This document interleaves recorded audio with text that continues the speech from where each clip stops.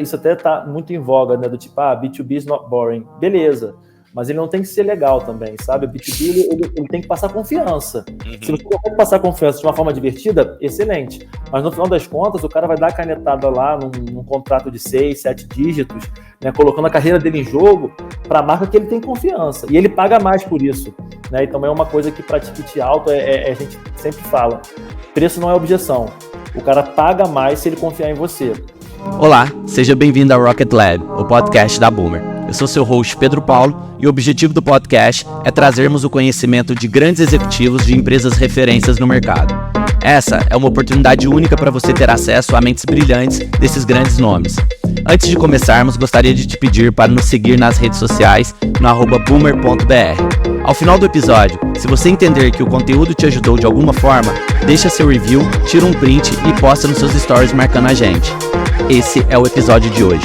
Estamos começando mais um episódio do nosso podcast, o Rocket Lab, e hoje eu tenho o imenso prazer de trazer aqui pra gente, né, aqui para esse papo com a gente, o Davi, ele que é cofundador da Grow2B, é cofundador e apresentador também do B2B Insiders. Eu sou até um pouco suspeito para falar, né, a comunidade ali que eu comecei me conectando ali com o Gabriel e ele abriu essa porta aqui para a gente poder trazer o Davi também. Eu acho que, cara, só por essa experiência e pelo que vocês estão construindo, eu acho que a gente vai conseguir trazer muita coisa legal aqui.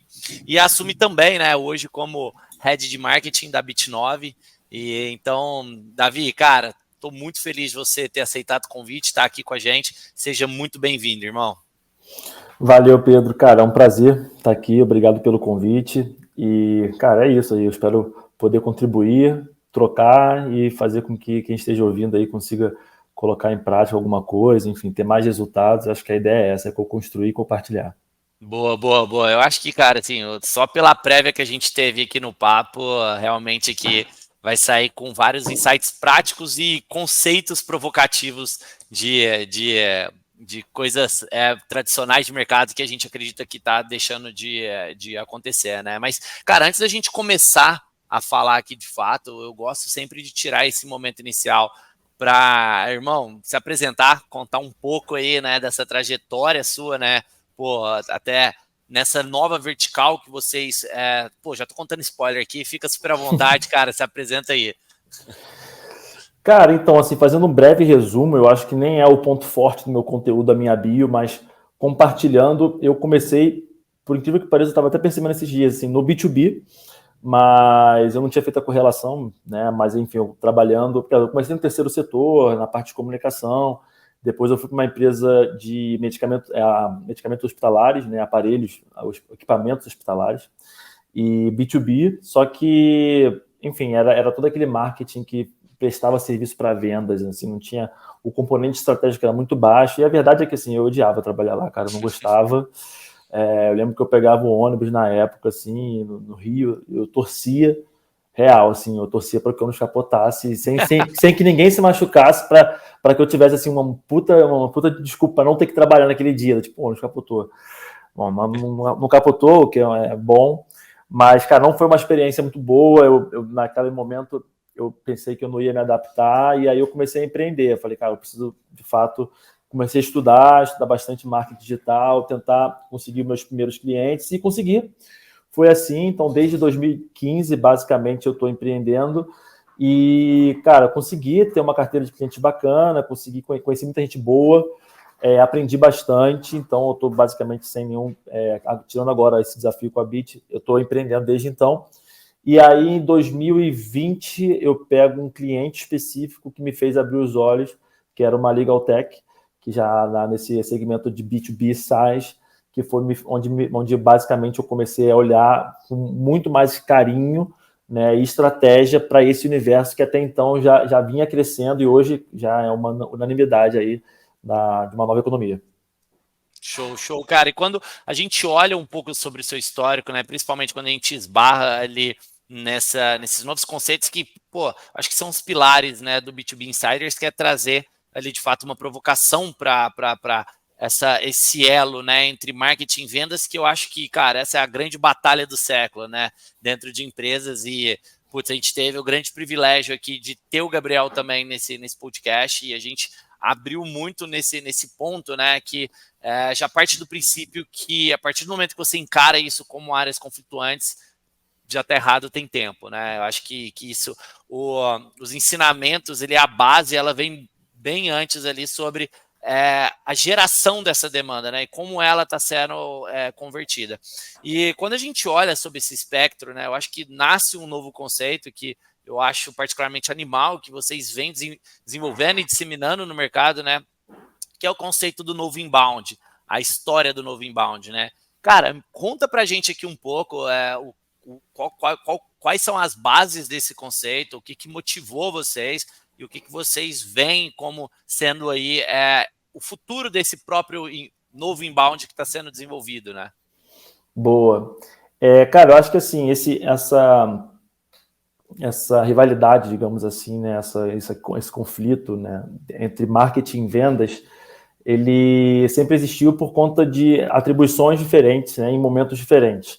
Eu, como grande parte da minha carreira, eu empreendi, então eu prestava serviço para clientes, eu em algum momento sempre tinha que conversar com vendas ou tentar minimamente entender o que estava acontecendo, porque no final das contas, como eu não era in-house, e eu queria renovar os contratos, então eu precisava ter noção de, cara, vocês estão convertendo, vocês não estão convertendo, porque eu sei que se no final das contas você não converte, né, você não está gerando receita, nem que não importa todo o seu esforço. E eu acho que durante esse período criou-se, né, algumas táticas, não são nem estratégias, são táticas de geração de lead que são totalmente corretas, só que durante o tempo elas foram perdendo um pouco da conexão real com a receita, né? Então, aí realmente criou-se um problema, porque você tinha marketing, de fato, gerando muitos números que eles não eram convertidos em receita. E aí o ponto o problema é do marketing ou o problema é de vendas que não está convertendo? E, cara, assim, pode ter sido dos dois, pode ser de um. Eu sempre falo que o problema ele é de marketing, receita é problema de marketing, por uma questão cronológica, né? Tipo assim, a estratégia ela tem que ser feita pelo marketing, né? Vendas, ele entra ali numa etapa, né, de construção de demanda, vendas entra para converter uma demanda, né? Então, assim, mas quem cria essa demanda, né, quem captura essa demanda, quem estuda essa demanda, se existe ou não existe demanda suficiente para a gente ter um modelo de negócio, isso tudo é o marketing que faz, né? Então, dentro de um pouco desse contexto, já sabendo que os MQLs não necessariamente estão atrelados à receita, existe já um movimento, e aí realmente tem lá fora, a gente tem o Chris Walker da Refine Labs, que já fala disso há bastante tempo, que cara, tipo, basicamente assim, se você coloca fricção no seu conteúdo, né, aí acho que talvez seja legal falar, são duas coisas diferentes, né? Você primeiro, essa definição de que MQLs, talvez eles não estejam atrelados à receita. Então, esse é um ponto. Então, talvez você esteja, de fato, gerando MQLs, eles são um número, eles são uma métrica, só que essa é uma métrica que ela não chega até a receita. Porém, partindo da premissa que a sua estratégia está alinhada, e ainda assim você está gerando MQL, que eventualmente vai virar uma receita e tudo mais. Aí existe já um movimento que eu acho que é um pouco do início do novo inbound, que é tipo, cara, para que você vai colocar uma fricção no processo de educação? Porque ali, em linhas gerais, né, o MQL é um lead, ou seja, uma pessoa que está em nível de pesquisa, ele está tentando aprender, ele está tentando, enfim, adentrar naquele universo. Quando você coloca um formulário, você está gerando uma fricção, né? Então, por que colocar uma fricção e não otimizar o seu processo de educação? Essa é basicamente a base do novo inbound, né, baseado um pouquinho nisso. Então, é uma estratégia que tem o objetivo de distribuir e otimizar o conteúdo para trabalhar os 3 pilares que a gente julga serem os pilares fundamentais para que você consiga converter em venda, que é qualificação, educação e confiança. A qualificação é justamente você entender para quem que é o seu conteúdo, né? Então, assim, se você não souber exatamente quem é o seu ICP, né? Se você não conhecer quais são as dores do seu ICP, tipo, e não é nem quem tipo assim, acho que o ponto é você saber quem não é. Exato. Sabe? Para justamente você, cara, porque o que pode acontecer, e acontece bastante, né? De chegar uma pessoa interessada no seu produto, uma pessoa interessada no seu negócio, e ele está fora do seu ICP, e você tem que dizer não. Né? Você tem que dizer não, porque isso faz parte de uma estratégia de penetração de mercado, que a gente pode falar um pouquinho depois. Mas o ponto você tendo uma qualificação, você sabendo exatamente, cara, eu sei quem é o meu público, você começa basicamente a tirar a fricção do seu conteúdo e educar e passar confiança. Então você começa a ter um novo inbound que você não precisa colocar fricção, você está fazendo o processo de educação girar, porque você sabe exatamente com quem você está falando, porque você já tem o seu ICP previamente definido, né? E a confiança, ele entra num terceiro pilar, que ele pode mudar um pouquinho para desejo / fascínio. Por linhas gerais, quanto menor é o ticket, menos você vai ter o elemento confiança, mais você tem um desejo e fascínio, que são os elementos do branding tradicional. Então, por isso que, né, você não vai confiar, você não vai fazer uma propaganda convencendo que a Havaianas é melhor que a Ipanema, porque no final das contas elas são muito equiparadas relacionadas a material e tudo mais. Então, a ideia do convencimento, é o fascínio. Mais voltada para bens de consumo, né? De modo geral. Ticket, eu acho que é o mais contato é o ticket. Quando o ticket é menor, no geral, o valor agregado do produto é menor, né? Então você começa a trabalhar outros drives de compra. E em contrapartida, quando você tem um ticket maior, é mais confiança. Então o branding, né, de fascínio, eu acho que agora isso até está muito em voga, né? Do tipo, B2B is not boring. Beleza, mas ele não tem que ser legal também, sabe? O B2B ele tem que passar confiança. Se você consegue passar confiança de uma forma divertida, excelente. Mas no final das contas, o cara vai dar a canetada lá num contrato de 6, 7 dígitos, né, colocando a carreira dele em jogo para a marca que ele tem confiança. E ele paga mais por isso, né? Então é uma coisa que para ticket alto a gente sempre fala. Preço não é objeção. O cara paga mais se ele confiar em você. Então, como a gente fez o novo inbound dentro desse viés do alto ticket, né? Eu e o Gabriel, a gente trabalha hoje o alto ticket, então a gente coloca confiança, mas tendo essa explicação aí que pode variar dependendo do ticket. Eu acho que tem 2 pontos, né, que você trouxe nessa primeira resposta, né, nesse primeiro conceito. Que o primeiro é sobre o brasileiro, né, as empresas brasileiras, elas terem sido doutrinadas, obviamente, ali com uma estratégia de RD Station, que obviamente foi ali bem réplica do que a HubSpot fez a nível global, que é o famoso funil, né? Então, eu preciso ter um funil de vendas, um funil de consciência, um funil de e-mail dentro da minha estrutura, para que de fato eu consiga gerar ali uma venda, né? Só que a gente para e pensa que, cara, beleza, na penetração do mercado ali anos atrás, quando a gente começou isso, pode ser que em algum momento fez sentido.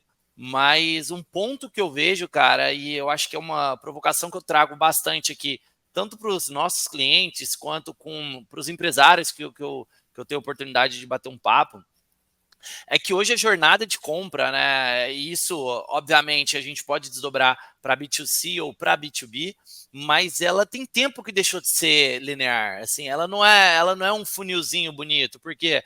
Porque cada oportunidade ali, né? Cada pessoa que tem ali desperta o desejo de comprar de você ou a empresa que confia em você, ela pode fazer isso em vários momentos diferentes. Não necessariamente que ela vai ter ali a primeira etapa de consideração, que é o awareness, aí depois engajamento, conversão, venda. E depois você vem ali naquele funil duplo, né, que é retenção e começa a falar de ativação ali do cliente. A gente tem até um conceito aqui que a turma da Bowie, né, trouxe uma empresa aqui de Minas, que num bate-papo no Meetup que a gente teve, é sobre a questão da jornada que não é possível ser mapeada.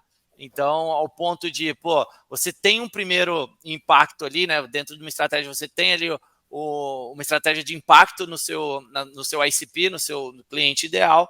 Só que, cara, em algum momento tem uma jornada que você não consegue mapear, que é o quê? Cara, num churrasco do final de semana, aquele cara vai conversar com outro empresário, que aquele cara pode pular uma etapa, entre aspas, do funil e vir mais aquecido, né? Então, quando a gente fala ali do inbound antigo, a gente acaba tendo um reflexo muito grande de como era essa construção, né? E aí você pode falar um pouco mais sobre isso, mas um outro ponto que eu vi também, que eu acho que você foi cirúrgico nesse ponto, é sobre a confiança, né? Principalmente quando a gente está falando de tickets mais altos, que falam assim, a venda B2B ela não é emocional, ela é 100% racional. Cara, não necessariamente, né? Então, quando a gente fala, por exemplo, de confiança, você não necessariamente você está tendo uma razão sobre aquele fechamento, porque, cara, você confia naquela pessoa e aí isso acaba despertando uma emoção dentro de você. Então, até brinco, né, que, quando o vendedor vende o produto ou o serviço, cara, a empresa, a empresa que tá comprando, ela não está comprando da empresa que está vendendo, ela está comprando do vendedor. Então, a imagem da empresa é o vendedor. Então, pô, ela não quer que a negociação ela termine com uma outra pessoa. Não, quer com aquele cara porque ele se sente confiante com o que ele tá vendendo, né? Cara, total. Eu acho que você falou algumas coisas aí, cara, e me dá vontade de comentar quase que tudo, assim, mas são três coisas que eu vou comentar aqui para a gente tentar manter mais ou menos a lógica. O funil, né? Cara, além da jornada não ser linear, eu acho que a gente nem precisa, talvez, bater nisso, porque, cara, já está todo mundo batendo, né? Nós somos consumidores, a gente sabe como é que funciona, né? Tipo assim, para coisas que não necessariamente tem um ticket ou uma decisão tão rápida, tão demorada, a gente ainda assim demora, vai, entra no site, não entra, tudo mais, total. Sabe? Tipo, cara, eu tô agora vendo um relógio, por exemplo, eu quero comprar um relógio. Cara, tipo assim, todo anúncio do Instagram que aparece eu clico. Tô clicando tudo, assim, sabe? Tipo, sei lá quando eu vou comprar, pode ser amanhã, num impulso maluco, aí entra a questão do fascínio, porque você vai ter uma compra um pouco mais de impulso, a não ser que seja, sei lá, um Rolex, que aí realmente você tem que pensar, amadurecer e tal. Né? Então, mas o problema, cara, para mim, do funil, trazendo para a realidade das pessoas, das empresas que aplicam o inbound marketing, né, nessa escola mais tradicional, sem julgar a escola tradicional, eu acho que realmente assim, o HubSpot e o RD eles fizeram um excelente trabalho de amadurecimento de mercado, necessário, e tem também um motivo, a gente pode depois falar sobre isso, mas cara, porque quando o funil você não está pautando o seu conteúdo no estágio do seu consumidor, você está pautando no estágio do funil. Né? Então, em algum momento, criou-se um mercado paralelo de conteúdo, né? com alguns players aí que a gente precisa mencionar, que todo mundo lembra, sabe muito bem quais são. E aí a ideia do tipo assim, preciso criar conteúdos de topo de funil, preciso criar conteúdos de meio de funil. Então, isso não estava necessariamente atrelado ao processo de educação da sua audiência. Então, cara, o que mais aconteceu foi, cara, blogs, né? Um tráfego altíssimo e uma conversão baixíssima. Por quê? Porque comoditizaram o conteúdo. Você não precisa ficar criando conteúdo toda hora para educar a sua audiência. A sua audiência, às vezes, ela precisa de um ou dois conteúdos de educação. E você pode, obviamente, ressignificá-los em diferentes formatos. E, enfim, daí que tem também frequência, é um atributo importantíssimo. Né, que aparentemente, né, por algum motivo, que eu, né, assim, a gente fala-se de frequência de alguns anos para cá, mas não se falava antes. Né? Frequência, assim, você tem para B2B, eu acho que o B2B mudou um pouco a forma que a gente vê as coisas, né? Porque você tem ali, em 2010 para cá, você começa a ter a ideia do ROI, assim, né? Do ROAS, você coloca R$1 e volta 4. Né? Então você tem aquela coisa bem assim, do tipo, cara, é o day trade do negócio. E aí Bom ponto. Né? E o cara, B2B, ele muda. 4.000, coloca tanto. Né? Exatamente, né? Escala, o caramba. E o B2B ele muda um pouco, porque aí começam algumas pesquisas do tipo, a pessoa ela vê seu anúncio 8 vezes antes de clicar. Né? Então você já tem que segurar um pouco a tua onda. Tipo, putz, caramba, não é que ele não está dando certo, é que a minha audiência está no processo dela. Então, eu acho que, em linhas gerais, um dos problemas do funil, para mim, esse é o principal, é que ele desvirtua a sua estratégia de conteúdo. Né? Você trabalha para o funil e você não trabalha para o seu cliente. Né? Então, esse é um ponto que eu acho que o funil, por si só, ele já não funciona. Funil de marketing, não é funil de vendas. Tá? Uma vez que o lead ou a conta ela entra no pipeline, ela entra, de fato, num processo que ele é afunilado. Não tem como, né? Você vai realmente passando por estágio. Pode ser que ele fique no estágio um pouco mais do que um outro, ok. Mas a ideia do processo de educação, né, e de geração de confiança, trazendo para o novo inbound, ele não é linear. Né? Então, esse é um ponto que eu acho que é bacana a gente deixar claro. Assim, o teu objetivo é educar, o teu objetivo é passar confiança, o teu objetivo não é controlar funil. Né, basicamente. E aí você falou um pouco também da questão que eu e o Gabriel, a gente até tem um episódio sobre isso, né, que jornada invisível, né, que também é um termo lá fora que usam-se dois termos, na verdade, Dark Social e Dark Funnel. Né, então, Dark Funnel é justamente o processo, né, que você não consegue traquear, e o Dark Social são justamente os touches que você não consegue traquear, né? E assim, na verdade, nada mais, nada menos do que um marketing boca a boca 2.0. Exato. Né? Então, assim, a gente sempre teve isso, né? E aí, elemento confiança, mais uma vez, como ele é sempre importante. Né? Então, no churrasco, você, Davi, qual foi o relógio que tu comprou? Fala, cara, eu comprei da Seiko, entendeu? Tipo assim, eu tô te passando esse elemento de confiança. Mas até então a gente precisava do churrasco, ou precisava da comunidade local.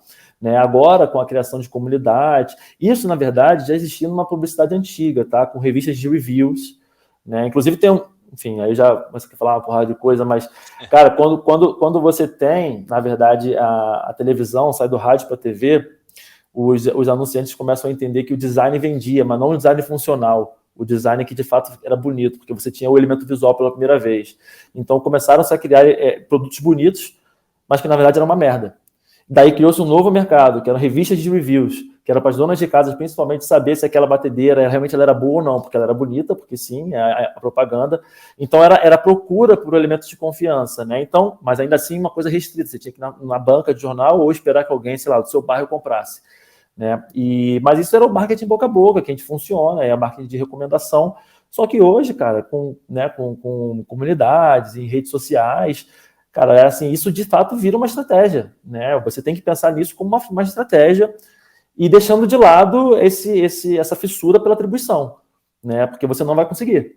Se você quiser atribuir, ou se você quiser colocar fricção, aí voltando um ponto um pouco lá dos MQLs, maravilha, mas você está basicamente atrapalhando o processo de descoberta, de educação e de confiança da sua audiência. Né? Então, e como é que você faz para justamente você ter mais assertividade nesse processo, já que você não tem tantos dados assim durante a jornada?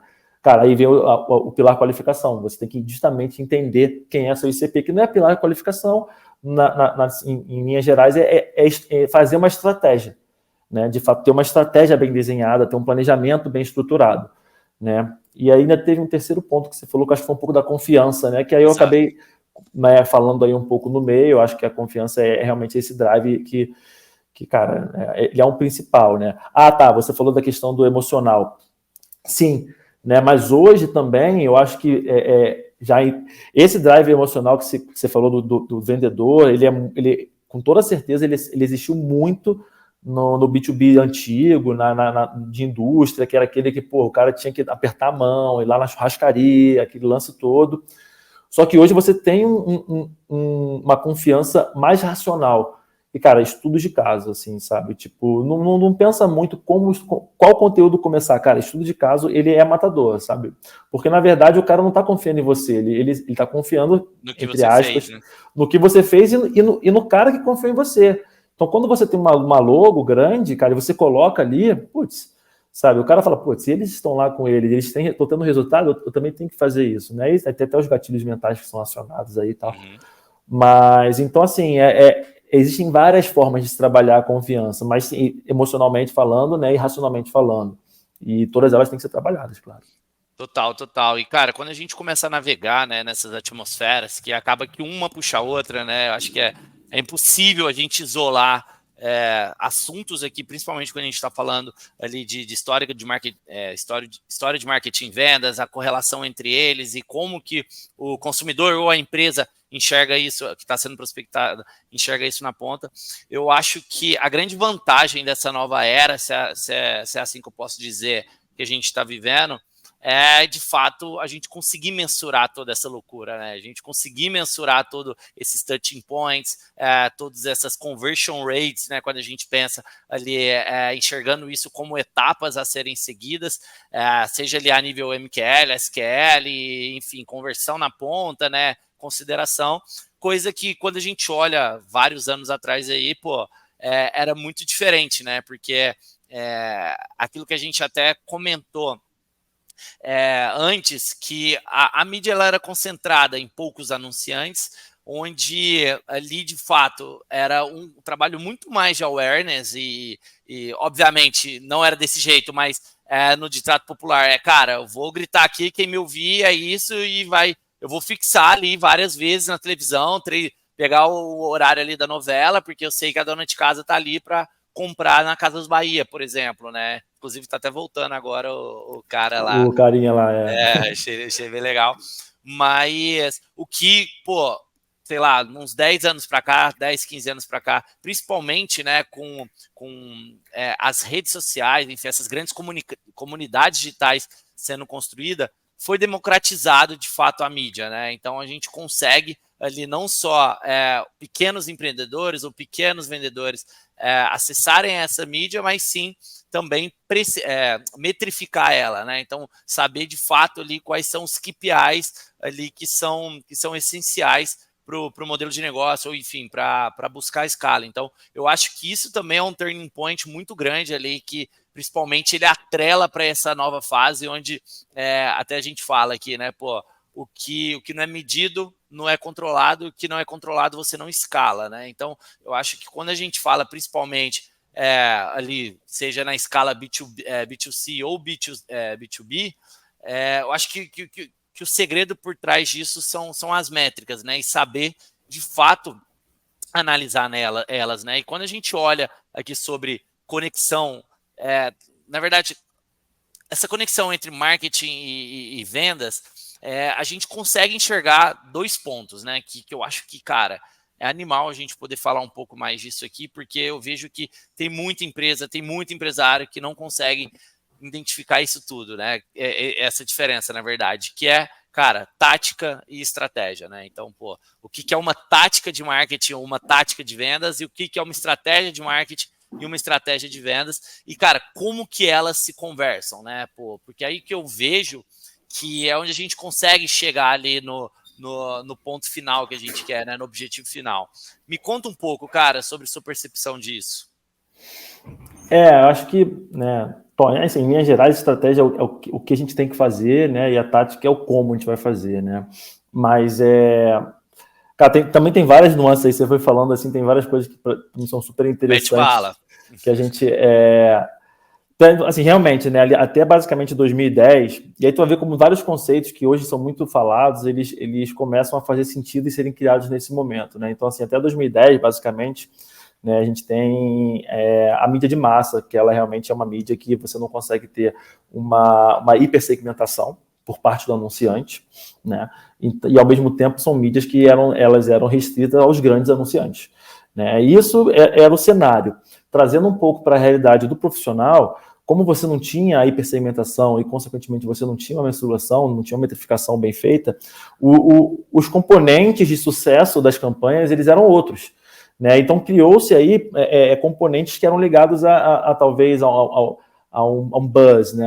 Tipo um burburinho, que não necessariamente estava atrelado aos objetivos de negócio, mas aquela coisa, né? Fale de mim, fale bem, fale mal, fale de mim. E, cara, campanhas assim, históricas, né? E criou-se um mercado glamourizado da publicidade, né? Cannes veio aí para chancelar todo esse papel, né? no mundo todo. E foi assim durante muito tempo, e, né, BV para as agências, aquela coisa toda, né, que a gente sabe bem. E aí 2010 vem como uma grande ruptura, porque você começa, né, você democratiza a mídia, né, você começa a ter uma hipersegmentação, né, e você começa a metrificar. Então, cara, muda, né, da água para o vinho o cenário, assim, a publicidade tradicional ela foi realmente impactada de uma forma que até hoje acho que ela não conseguiu ainda se reerguer, né, tem muito profissional daquela época que era profissional renomado, que estava ali no topo da pirâmide, que hoje ainda não está conseguindo, não entendeu até hoje como as coisas funcionam. Alguns não, alguns conseguiram se reinventar, né, e ao mesmo tempo criou-se aí toda uma nova leva de profissionais que cara, que faziam esse day trade aí que eu falei, porque realmente era um grande oceano azul, né? Era um grande oceano azul, e que, assim, em linhas gerais, a estratégia não valia tanto, porque o lance era tática, era você subir ali o anúncio, entendeu? Subia o Google Ads, você tinha... Escala. Era escala, você não tinha muitos concorrentes, o CPM era baixíssimo, o custo por clique era baixíssimo, era tudo muito baixo, era tudo muito novo, né? Criaram-se aí vários modelos de negócio, né? Desde até, inclusive, fórmulas, né? Fórmulas de lançamento, tudo isso, cara, veio, isso foi maravilhoso. E aí vem uma divisão já boa, que eu acho bacana, que é tipo, até 2010 você tem majoritariamente, né, o outbound. Então, assim, você vai basicamente propagando a sua mensagem via, obviamente, grandes mídias. Você tinha um inbound? Tinha. Uma revista, ele é considerado inbound, né? Ele está te atraindo pelo conteúdo. Só que o grande lance, né, de 2010 é que você consegue, né, a partir daí, criar conteúdo para atrair, né? Então, daí vem o inbound, né? E, cara, maravilhoso, assim, pela primeira vez você consegue fazer uma venda, construir uma relação por meio de conteúdo, né, sem ter que depender de uma revista ou sei lá, fazer um programa, qualquer coisa. E aí, daí cria-se, então, né, o modelo do HubSpot e o modelo da RD, né? o que é ótimo, né? O ponto é que eles falam assim, para você fazer o inbound, você precisa ter métricas de funil, o que não é verdade. O inbound é basicamente você está criando conteúdo para sua audiência, é isso. Né? Você vai ter ou não, enfim. Então, acho que esse é um ponto, acho que eu até me perdi um pouco aí, cara, porque esse era um ponto que eu acho que era bacana.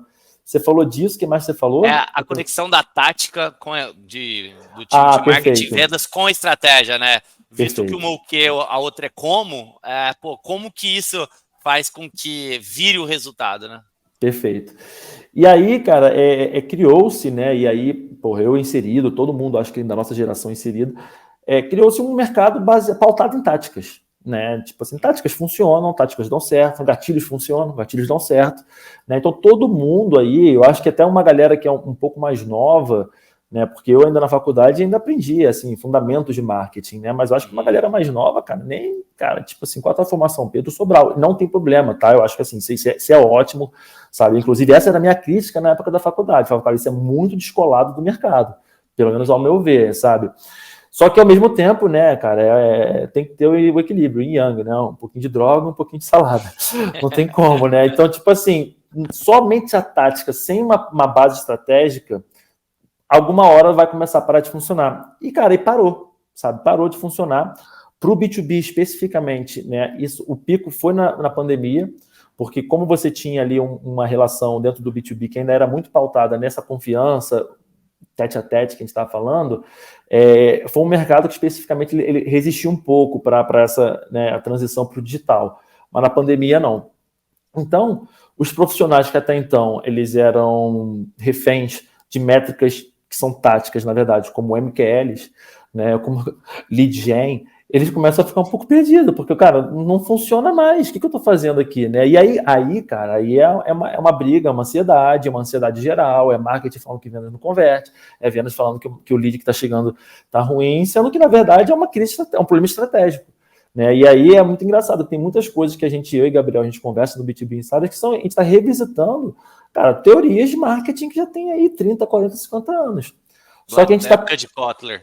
Exatamente, né? Matriz Ansoff, todas essas coisas, trazendo para cá hoje, entendeu? Trazendo pro... Então, acho que hoje a gente vive num mundo mais equilibrado, assim. Você não tem mais digital, né?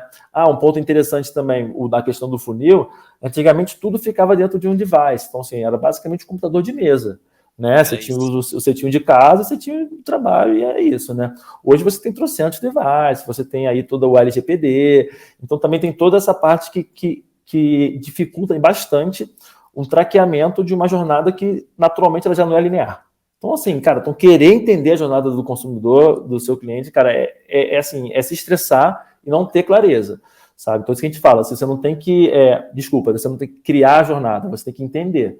Se criar, você não cria, você não vai conseguir. Se você criar, você vai gerar fricção e você vai estar basicamente atrapalhando o seu próprio resultado, né? Então, essa que é a lógica, né? Então é isso. Então hoje a gente tá esse papel aí, meu e do Gabriel, ele vem dessa dor de mercado que a gente vem vivendo, né, durante anos, que as táticas gradativamente elas vão perdendo força, né? Então, cara, como é que a gente consegue revisitar essas táticas, né? Cara, com estratégia. E aí, quando a gente fala em estratégia, cara, de fato, entrar... Cara, qual é a sua estratégia de penetração de mercado, né? Tipo assim, cara, quanto maior é o tamanho da sua audiência, teoricamente, mais demanda você tem de mercado. Quanto mais demanda de mercado você tem, mais uma tática de captura de demanda você pode fazer, entendeu? Porque isso faz sentido. A tática de captura de demanda, Google Ads, Social Ads, né? Quanto menor é o tamanho do seu mercado, né? E menor é o seu ticket, né, você tem ali poucas contas para atacar. Então, você começa a ter uma personalização. Quanto menor o tamanho do mercado e maior é o ticket, né, você começa a ter um pouco mais de limitação de demanda de mercado. Porque, no final de contas, você está num mercado pequeno. Então, você tem que personalizar um pouco mais a sua mensagem, porque, consequentemente, também o seu ciclo de vendas vai ser maior e o seu retorno financeiro também. E essa personalização cada vez mais próxima, né, de one-to-many, one-to-few, one-to-one, é o account-based marketing, né? Então, não tem assim, muito mistério, sabe? Basicamente você entender, cara, qual o tamanho do meu mercado, quem é o meu mercado, né? Quem é meu ICP, qual o tamanho, dimensionar. Hoje, aí entra um pouco naquilo que você mencionou, né? Hoje nós temos acesso a dados. Então você consegue entender qual é o tamanho do seu mercado, né? Você tem, cara, tem LinkedIn, tem Meta dando aí dados para você gratuitamente, você tem hoje uma infinidade de softwares de dados, né? Então você tem uma noção. Então, cara, meu tamanho de mercado é X, né? Então, cara, esse vai ser minha estratégia de penetração, né? Do tipo, e isso é revisitar a estratégia. E aí, quando você basicamente vai para a parte tática, é meio que isso. Então, assim, você, cara, fazer um inbound marketing, né, para um ABM one-to-one, talvez não faça sentido, sabe? Porque, cara, são 10 contas que você tem ali no ano para trabalhar, certo, sabe? Vai lá falar com elas, vai impactar com eles, vai conhecer eles. Aí, enfim, as táticas vão mudando, sabe? Chama eles para um evento, cara, chama um speaker lá de fora, coloca eles num lugar, cria uma experiência. O cara não vai converter amanhã, nem mês que vem, mas assim, talvez ele vai converter em algum momento, e o jogo é esse. Ah, não, meu ticket é muito baixo. Cara, então realmente a sua personalização é menor. Então, talvez de captura de demanda, sabe? Joga no Google Ads, sabe? Tipo assim, coloca, separa por cluster, né? Pô, cluster aqui de comunicação, então você vai fazer aqui uma comunicação mais generalizada, porque ali dentro daquele cluster você entende que, sei lá, tem 100 empresas que façam sentido, estão dentro do seu ICP. Não necessariamente você precisa fazer uma comunicação para cada empresa dessa, né? Isso é fundamental, né? Quando você tem ali um cenário aí mais para B2B, né? Tipo de one-to-many para one-to-few, cara, assim, a ideia é fatiar mercado, né? Porque, na verdade, você tem ali o seu ICP geral, né? Que tem um recorte firmográfico que você vai, né? Enfim, tem duas formas de você saber quem é seu ICP, até já, né, só ver a pergunta. Uma delas é por dados, né? Se você já tem dados, se você já gira, se você já tem aí um negócio girando, você sabe mais ou menos ali qual é o tipo de cliente, firmograficamente falando, que você entrega mais valor, né? Para o B2C seria demograficamente falando, então você tem essa divisão de um para outro, né? E caso você não tenha, do tipo, cara, estou começando agora, eu tenho até aqui alguns clientes, mas eu acho que eles não são meu perfil, porque na verdade eles vieram como indicação, são meus amigos e tal, aí é análise SWOT, que também a gente também está revisitando, cara, né? Eu nem sei quanto tempo tem, mas deve ser, tem anos, décadas, sabe? Que é basicamente isso, é você entender ali quais são as oportunidades, as fraquezas, seus pontos fortes, seus pontos fracos, para que você consiga ter minimamente um esboço, uma hipótese de ICP baseada em alguma coisa que seja pautada no seu negócio. E a partir daí, você tem essa construção. Eu até perdi um pouco do link aí do ICP, mas assim, fatiar o mercado. E aí sim, né? Então, tipo, quando você tem um cenário que é basicamente one-to-many para one-to-few, one-to-one, você não vai conseguir impactar todo mundo de uma vez. Então, você realmente vai ter que fazer um recorte de que a gente chama de... Eu chamo de segmento de ataque, o Gabriel não. Então, que o Gabriel, respeitando a sua opinião de não chamar. Mas qual é a ideia, né? Do tipo assim, cara, meu ICP são todas as empresas que têm acima de 500 colaboradores e, enfim, e faturam acima de X milhões no ano. Beleza. Então, eu vou entender quais dessas empresas, quais dessas indústrias fazem mais sentido. Aí tem vários motivos, né? Pode ser que é uma questão macroeconômica, trazendo para a SWOT, por exemplo, ou pode ser uma questão de dados, trazendo para uma base que você já tem ali mais ou menos conhecimento de causa. E aí você vai basicamente fazer o seu posicionamento, né, para aquele segmento, né? Então, dando um exemplo aqui, vamos supor que seja, sei lá, energia. Né? Então, cara, eu sou a melhor solução, blá, blá, blá, blá, blá, para empresas de energia. E a ideia é que você foque 100% naquele segmento, até que você tenha uma penetração de mercado suficientemente grande para falar, cara, ou eu já domino energia, ou eu sei que realmente não tem mais para onde ir, porque, enfim, o mercado já está tomado. Mas o ponto é, uma vez que você dominou energia, você fala, cara, agora qual é o segundo segmento que eu vou trabalhar? Vai ser esse aqui. Né? Então, você começa a mudar o seu posicionamento, consequentemente sua mensagem, consequentemente suas táticas, né, para você ir gradativamente dominando fatias do seu ICP. E aí, quando você chega em determinado momento, você já consegue se posicionar como líder de mercado, porque você já dominou o segmento A, já dominou o segmento B, segmento C. Então, você vira e fala, cara, hoje eu já sou, sei lá, o CRM líder de mercado. Por quê? Porque eu já dominei bancos, na época que eu era o melhor CRM para bancos. Né? Já dominei contabilidade, na época que eu era o melhor CRM para contabilidade. Entendeu? Então, assim, isso é uma estratégia que na prática vai ter desdobramento táticos, né? Vão ter desdobramentos táticos que, enfim, são inúmeros, dependendo do tamanho do seu mercado e da sua estratégia de penetração. Uhum. E isso tudo, Davi, na sua percepção, tá embaixo do guarda-chuva do time de marketing? Tudo isso que a gente falou até agora. Cara, é engraçado, porque eu vi hoje no LinkedIn, inclusive, tipo um gráfico assim, né, falando que cada vez mais o marketing está olhando para receita. Né? Então você tem hoje aí o papel da pessoa responsável por receita, né, o CRO, que na teoria ele também trabalha o pós-venda, né? Então, seja uma expansão de base, seja uma manutenção, maximização de LTV, né? Ou, enfim, um cross-sell, caso você tenha diferentes produtos. Mas, em linhas gerais, cara, eu acho que assim, o pensamento de marketing ele tem que estar atrelado à receita. Eu acho que assim, tudo isso que a gente está falando, isso é marketing. Isso é criação e captura de demanda. A gente não está falando de conversão de demanda. Conversão de demanda é vendas. Né? E vendas ele tem um papel importantíssimo. Você não vai conseguir um produto que você tem um tamanho de mercado pequeno, um ticket grande, e não fazer ele PLG. Tomara que, a Klabin entre no meu site e feche comigo aí 1 milhão contrato. Não vai acontecer. Entendeu? Então você vai precisar do seu time de vendas para fazer a conversão. Né? Então é um trabalho em conjunto mesmo, sabe? Cara, criação e captura é marketing. Eu acredito que a parte estratégica também tem que ser marketing. Porque se você errar no início, se você errar ali o posicionamento e a mensagem, cara, desculpa, você está colocando uma pessoa que não vê valor para o time de vendas. E você pode colocar o melhor vendedor do mundo, ele não vai virar, sabe? Então, tipo assim, tem aí, né?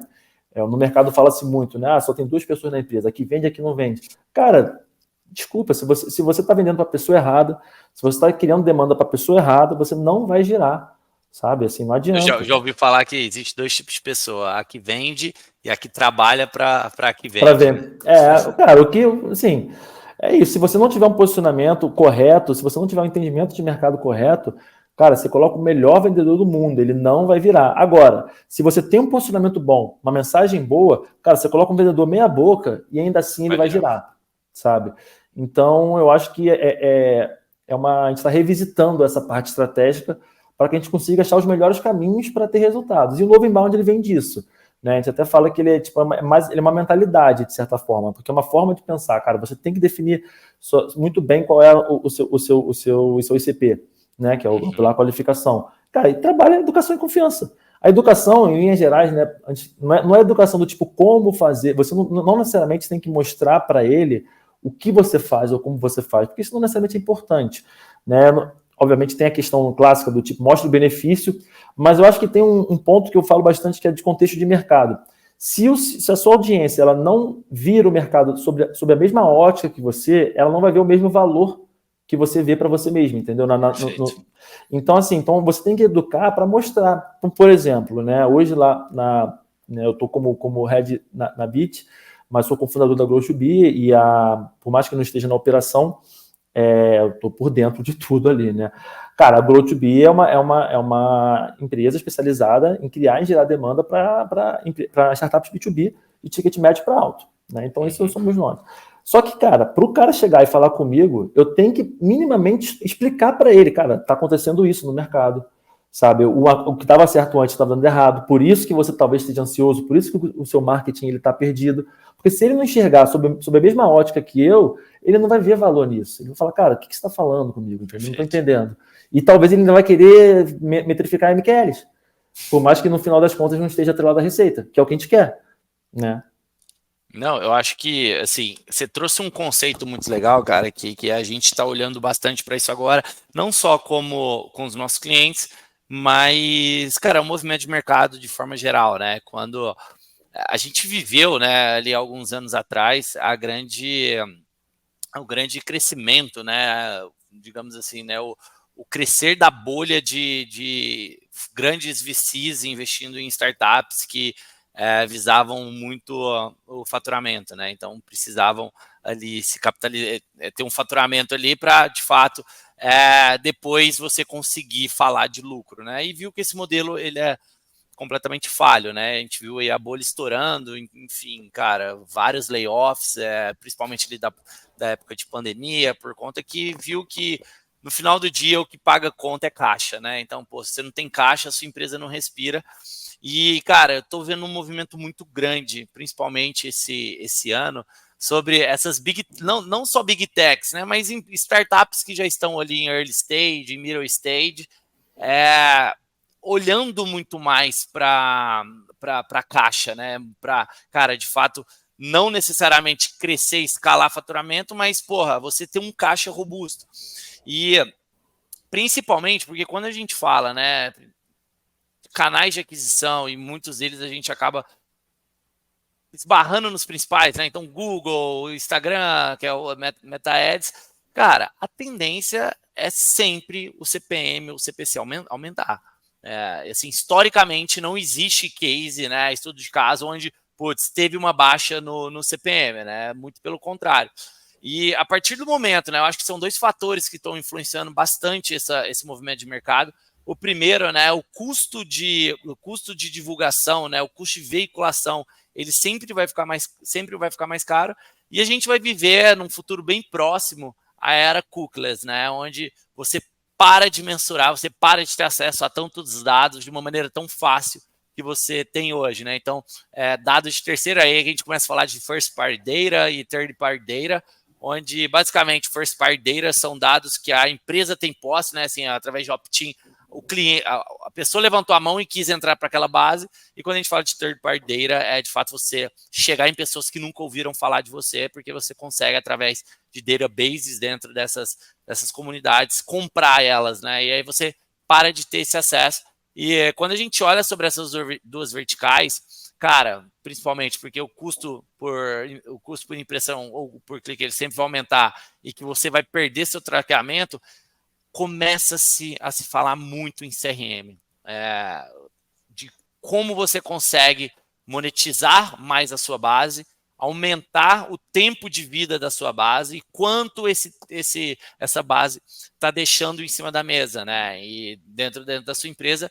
E aí nasce, né, um conceito que, cara, eu particularmente não sei quando foi inventado, mas, porra, o que eu já ouvi esse ano não está escrito, que é Revenue Ops, né? Então a gente começa a falar ali de operações de receitas, fontes de receitas da empresa. E aí, pô, tem empresas aí que já se consagram, né, como Revenue Ops as a Service.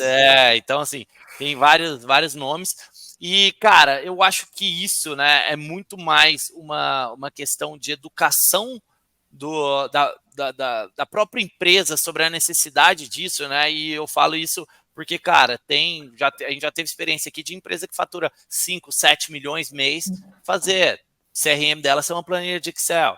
E quando a gente fala isso, né, de Revenue Ops, eu acho que agora, mais do que nunca, eu vejo esse elo, e aí eu quero entender com você, né, entre marketing comercial, não só sendo da porta para fora, né, para captar novos clientes, para poder ir atrás ali de estratégias mais agressivas, mas, cara, começar a olhar para dentro de casa, né, cara, quais são as ações, quais são as estratégias, não sei nem se eu chamo isso de inbound, né, mas, cara, como que eu posso nutrir a minha base para que, de fato, ela volte a se tornar um comprador meu, né? Quando a gente fala de produtos que não são recorrentes, ou então, cara, como que eu consigo aumentar o LTV ali dentro da minha concorrência? E na sua visão, né? Como que, visto todo esse cenário que a gente está vivendo, como que os times, né, de marketing comercial, eles se comportam nessa situação? Cara, eu vou dar uma visão bem estratégica, porque várias coisas que você falou, mais uma vez eu fui lembrando aqui, tentando comentar. Cara, assim, tudo resumido à penetração de mercado, né? Então, por exemplo, se você vai penetrar mercado de uma forma responsável ou irresponsável, né, é uma opção também. Daí vem a bolha dos VCs, né? Então, quando você tem basicamente lá o Blitzscaling, né, quando ele virou, tipo, de fato, uma grande tendência, qual era a ideia? A ideia era falar assim, cara, vamos penetrar no mercado o mais rápido possível, mata os concorrentes e depois você pensa em faturar. Isso deu certo para algumas, não deu certo para outras, mas em linhas gerais não deu certo, né? Em linhas gerais isso porque assim, quem conseguia. O problema é que todo mundo começou a investir para conseguir, e aí, cara, começou a realmente ficar difícil. Mas a ideia ela era justamente a penetração de mercado, né? O quanto você penetra o mercado. E penetrar mercado é você basicamente ter clientes na base. Só que antes de você ter clientes na base, você tem estágios, né? Então você vai ter awareness, consideração, intenção, pipeline, cliente, maturidade do cliente, né? Então aí você tem todo uma jornada, né, de início ao fim. E, cara, não importa muito qual vai ser o seu ticket, qual é o tamanho do seu mercado. Em linhas gerais é isso. É óbvio que quanto maior é o seu ticket, essas estágios eles ficam mais arrastados, talvez eles tenham subdivisões internas, porque o ciclo de vendas maior e tudo mais. Né? E quanto menor, ele vai passando menor. E aí você tem, cara, basicamente hoje o que você falou, né, do First Party Data, né, o que eu acho assim, mais maravilhoso. Eu acho que assim, a ideia de você conseguir, né, traquear tudo que acontece com você é boa. E, cara, graças ao CRM, hoje eu já estou conseguindo ver essa possibilidade. Então, assim, em linhas gerais hoje, você, né, você vai fazer uma penetração de mercado. Então, partindo da premissa que você tem o seu ICP definido. Você vai fazer via LinkedIn, via Meta, você tem uma noção de alcance. Então, você já sabe que o meu mercado é esse, eu estou alcançando isso, porque, né, se você conseguir ter ali uma ideia de impressões e de pessoas, você consegue tirar a frequência, inclusive, dos anúncios que você está impactando. E aí você, cara, tem uma lista, trazendo para o contexto do B2B, joga ela no CRM. O CRM, cada vez mais, ele se torna um software de um suporte de penetração de mercado, entendeu? Do que qualquer outra coisa. Porque antes a ideia era, cara, é um software que eu vou gerenciar o pipeline. Só que agora você consegue subir a sua lista de contas, né, dentro do CRM, e você já consegue, inclusive, pegar os dados, né, os first party data deles, antes mesmo deles levantarem a mão. Você já está traqueando ele. Então você consegue entender, cara, eu já estou impactando eles no meu anúncio, já sei quais são as empresas que estão sendo impactadas, porque o LinkedIn já dá isso, né, já sei que elas estão entrando no meu site. E aí, entrou no pipeline. Aí, beleza, é o CRM como é o CRM clássico. Você vai levando. Dependendo do seu modelo de negócio, cara, qual é o nível de maturidade dele para upsell e cross-sell? Né? Ou se for uma recorrência um pouco mais simples, né, de maximização de LTV. Aí vira, de fato, desafios de CS, desafios de outros departamentos. E, cara, eu acho que assim, então, eu acho que essa é a forma que o mercado tem que começar a pensar de agora em diante. Cara, quanto de mercado eu estou penetrando dentro de cada ICP, qual é o meu nível, né, de penetração dos clientes da base, fora que penetração é uma palavra muito escuta, às vezes você fica repetindo várias vezes, mas é isso, cara, não tem outra. E assim, com os clientes que eu tenho na base, qual é o nível de amadurecimento que eles estão tendo, né, até onde eles podem ir, né, então assim, você ter isso, cara, é um grande desafio também, não é fácil, ainda mais para quem presta serviço, para quem tem vendas hoje consultivas, assim, é difícil entender qual é o limiar do meu amadurecimento ou não. Mas eu vejo, cara, o CRM sendo um grande aliado e cada vez mais vai ser, né? E já está sendo. E por enquanto é muito pouco falado, né, cara? Quando a gente olha assim, beleza, dentro de uma bolha ali de profissionais do LinkedIn ou empresas, beleza, cara, mas qual que é o percentual, né? Quando você olhar a amostragem das empresas no Brasil, cara, já teve vários casos de eu levantar esse ponto de começar a falar sobre CRM e tal, e eu ver que a pessoa tá completamente perdida, aí, no final, assim, cara, você sabe o que é CRM? Ele, cara, eu não faço a mínima ideia, você tá falando há 10 minutos aí, eu não tenho a mínima ideia do que você tá falando, entendeu? Ele sabe porque ele faz. Ele Exato, só não sabe porque ele tem que fazer. Sabe os termos, né? Porque, cara, não tem como não fazer, né? Claro, dependendo do seu nível. Mas aí você falou do ponto do RevOps, né? Do RevOps as a Service. Cara, eu acho que para você se posicionar como RevOps, você tem que pensar em receita. E eu vejo hoje que o RevOps as a Service, cara, tipo, pelo que eu tô vendo, não tá atrelado à receita. Tá atrelado à, cara, complexidade tecnológica. Eu te ajudo a implementar o que é complexo. Agora, se essa é a melhor estratégia para você ou não, eu não sei. E eles não sabem. E aí, cara, obviamente eu não vou nunca culpar uma empresa que está prestando serviço. Mais uma vez, eu acho que isso aí cai no marketing. Então, assim, você tem que entender qual é a sua estratégia de penetração. Para você chegar para uma empresa de RevOps as a Service, porque realmente, né, não é todo mundo, não é do dia para a noite que você vai entender quais são todas as funcionalidades do HubSpot, do Salesforce e tal. Mas você tem que falar, cara, isso aqui é o meu cenário, sacou? Tipo assim, isso aqui é o meu tamanho de mercado, isso aqui é o meu ticket, essas são as estratégias de penetração que a gente vai utilizar, esses são os painéis que eu preciso acompanhar. E aí a brincadeira começa a fazer sentido. E eu vejo esse gap hoje, que é justamente a parte estratégica do RevOps, né, eu vejo ela muito, muito pobre. Né, porque é o início, né? Se a gente parar para pensar, não é porque é pobre, porque as pessoas. Não, é porque, cara, são desdobramentos de mudanças de comportamento, são desdobramentos de avanços tecnológicos, né? Então, qual foi a primeira vez que a gente ouviu falar de first party, third party data? Lá, tem um ano, sei lá, um ano e pouco no máximo. Então, essas são coisas novas. E a gente está se adaptando a isso. Né? E dentro desse novo cenário, eu acho que o CRM está ganhando um peso muito especial, sim. Cara, com certeza, com certeza. E, cara, você falou para mim no bate-papo anterior aqui da gravação, uma frase que eu achei genial e eu quero que você explique ela e a importância dela, que é, pô, não somos mais data-driven, né? E sim data-driven, e sim data-fueled.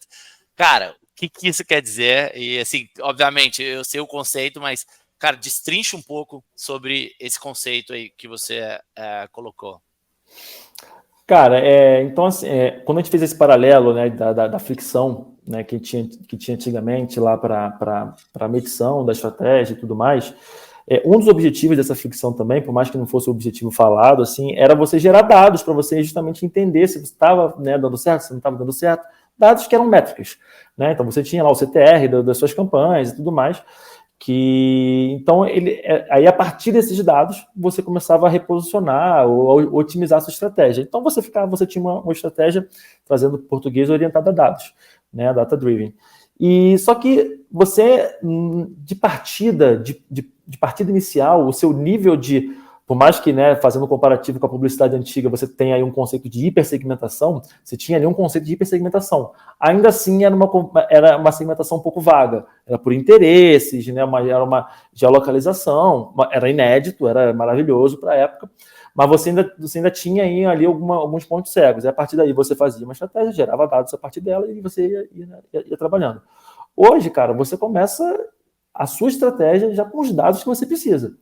Então, você vai basicamente medir a sua penetração de mercado. Então, um exemplo, eu falo obviamente muito do B2B, porque é onde eu estou inserido, né? Então, eu vou dar um exemplo do B2B, mas vou dar um exemplo também do B2C, porque eu acho que ambos hoje a gente tem essa possibilidade. Então, no B2B é mais ou menos isso, cara. Você consegue pegar lá as suas 100, 200 mil empresas, você consegue subir elas no HubSpot, você gera uma lista, né? Integra via API no LinkedIn, aí qualquer coisa você pede ajuda para o Revolve as a Service para fazer tudo isso.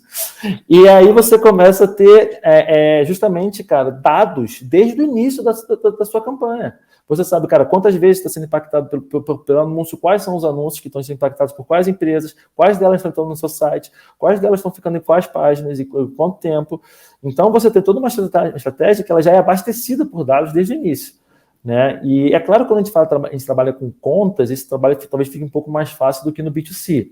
Mas nem tanto, sabe? Se você tem um produto que, porra, você tem ali, né? Mais uma vez trazendo aí a qualificação como pilar do novo inbound. Você fala, cara, com toda certeza meu produto, por mais que ele sirva a todo mundo, né? Todo mundo fala, meu produto serve a todo mundo pode comprar. Mas por mais que eu sei que ele vai entregar mais valor para mães, né? Que tem uma classe social, né? A, B, que tem, né, que estão entre 20 e 45 anos, por exemplo. Cara, você consegue rapidamente ter uma noção, né? Tipo, cara, quantas mães tem de 25 a 45 anos no eixo Rio-São Paulo, sabe? Se joga uma campanha ali, você consegue entender quantas você está impactando. Então, você consegue ter uma noção também para B2C, sabe? Que você, então, assim, você já está usando dados desde o início, sabe? E você está basicamente, aí sim, você está abastecido por dados e, obviamente, sendo guiado por dados. Né? Então, eu acho que a ideia de você pensar na estratégia, angariar o máximo de dados possível, já que a gente está numa era hoje que os dados são commodities, de certa forma. Total. Se você não souber o que você faz com eles não servem quase de nada. Né? Então, mais uma vez, a importância da estratégia antes de você entrar para a tática. Né? E aí a parte tática, tecnológica, né? Ou seja, entender como é que funcionam as integrações, entender hoje quais são as funcionalidades do CRM, cada vez mais eles estão avançando bastante. Né, os próprios softwares de marketing já entenderam que a ideia do funil já está quebrada, eles já estão em outra, sabe? Porque é isso, as coisas vão mudando e a gente tem que se adequar. Então, eu acredito que hoje a gente está numa era que a gente já está abastecido por dados e não necessariamente só orientado por eles. Perfeito, cara, perfeito. Pô, Davi, eu acho que assim, todos esses conceitos, né, que a gente trouxe aqui, de fato, eu vejo muitos deles moldar os próximos passos aí de empresas, não só na captação de novas oportunidades, aqui, querendo ou não, a gente esbarra muito em B2B aqui, né? Porque, pô, é o que de fato a gente vê isso acontecendo de uma forma mais incisiva, né? Quando a gente vai ali para dentro de uma estrutura de B2C, eu já vejo outras estruturas funcionando melhor, porque primeiro ponto, né? O poder de decisão é muito mais fácil de ser tomado do que quando você está numa negociação, né? Igual você colocou muito bem ali, que é desejo versus confiança, né? Então, pô, desejo você consegue ter, sei lá, num restaurante, é só colocar um anúncio ali, meio-dia, com um food porn ali, cara, porra, beleza, gerou desejo, vai converter, né? Mas você não consegue. Pra você ter uma ideia, tipo, tem um cliente da Grow2B que fazia Black Friday. Entendeu? Então, tipo assim, cara, uma compra que é orientada por confiança, porque o ticket é alto, você tentando dar um elemento de impulso. Não vai rolar. Não vai você rolar. Não vai rolar, entendeu? Tipo, é mais ou menos isso. É isso. E, cara, pô, saindo agora um pouco desse espectro, né, de conteúdos ali mais voltado para negócio, cara, eu queria que você indicasse para a turma aqui algum material, algum livro, algum documentário, enfim, que pô, possa compartilhar com a gente um pouco do que passa, né, na sua cabeça, esse raciocínio, eu acho que é super válido. E aí eu queria que você indicasse aqui para a turma. Pô, eu vou ver aqui o nome, cara, porque às vezes eu tenho isso, eu leio o livro e aí eu esqueço até eu saber que era Obviously alguma coisa, mas é Obviously Awesome, que é o livro da April Dunford. Cara, e assim, para quem não conhece, muito do que eu falei aqui, tá? Vem dela a ideia de posicionamento, o posicionamento atrelado a um segmento específico, né? E você, desse posicionamento, né? Ele ser desdobrado em mensagem, que isso vai te dar a tua base tática para você penetrar aquele segmento específico. Isso vem de um framework dela que, cara, eu acho maravilhoso, eu acho que todo mundo tem que olhar, todo mundo tem que entender, e a partir daí, enfim, desdobrar, trazendo para suas próprias adaptações. Então, o livro Obviously Awesome, da April Dunford, é muito bom. Boa. Tá anotado, cara. Você me falou, até coloquei na minha lista pessoal aqui, porque, cara, eu acho que não é a primeira pessoa que me indica ele, então, pô, acho que já é um sinal para eu poder, de fato, muito tirar ele da lista e pegar para ler, né? E, Davi, cara, para a gente poder fechar, enfim, o propósito aqui do Rocket Lab é, de fato, a gente conseguir fazer com que a gente chegue em mais pessoas que tenha ali um conhecimento para ser compartilhado, né? Dar voz para essas pessoas, para empresários e líderes de marketing que ouvem a gente aqui, né? E, cara, assim como o Gabriel, igual eu comentei, né? Se o Gabriel não tivesse te indicado, você iria ser o cara que eu ia prospectar, né? Para poder estar aqui. Boa. Mas, cara, queria que você indicasse alguém para poder estar aqui no podcast também. A gente vai fazer maior questão de convidar essa pessoa para estar aqui também. Cara, maravilha. Então vai ser até uma surpresa, porque eu esqueci de avisar para ele, não comentei. Bom, assim que é bom. Mas eu vou trazer, vou convidar, quer dizer, peço que você convide aí um brother que nem é de B2B especificamente, cara, mas está totalmente ligado nessa parte de negócio, de startup, tem uma visão muito boa de mercado, super, enfim, é o Pedro, depois eu te passo o contato dele, eu acho que ele vai agregar bastante, trazendo uma visão mais aí, desse universo de startups aí, enfim, aí depois vocês trocam uma ideia. Boa, já fez um compromisso em público aqui, hein, cara? Agora ele tem que aceitar. Mas é isso, Davi, cara, queria te agradecer bastante por esse tempo, cara, assim, quando eu olho, né, para o que vocês estão construindo ali no B2B Insiders, eu acho que é um pouco do que a gente quer trazer aqui para o Rocket Lab, né? Óbvio, não num quesito comunidade, mas muito mais no quesito de compartilhar a ideia, de poder aprender com quem está abrindo caminhos, né? Principalmente nesse mercado que, de certa forma, ainda é obscuro, né? Para muita gente sobre estratégias, sobre principalmente, né, esse elo entre marketing e vendas, ali na comunidade eu vejo, já fica o convite, tá, para quem está ouvindo, cara, eu vejo muita discussão boa acontecendo ali, e, irmão, queria, te agradecer, fiquei muito feliz mesmo de você ter participado, e é isso, cara. Maravilha, Pedro, eu que agradeço, cara, valeu todo mundo que ficou até o final também, obrigado por ouvir, e aí fazendo um merchanzinho aí, quem quiser me acompanhar no LinkedIn, Davi Costa Lima, Davi com D no final.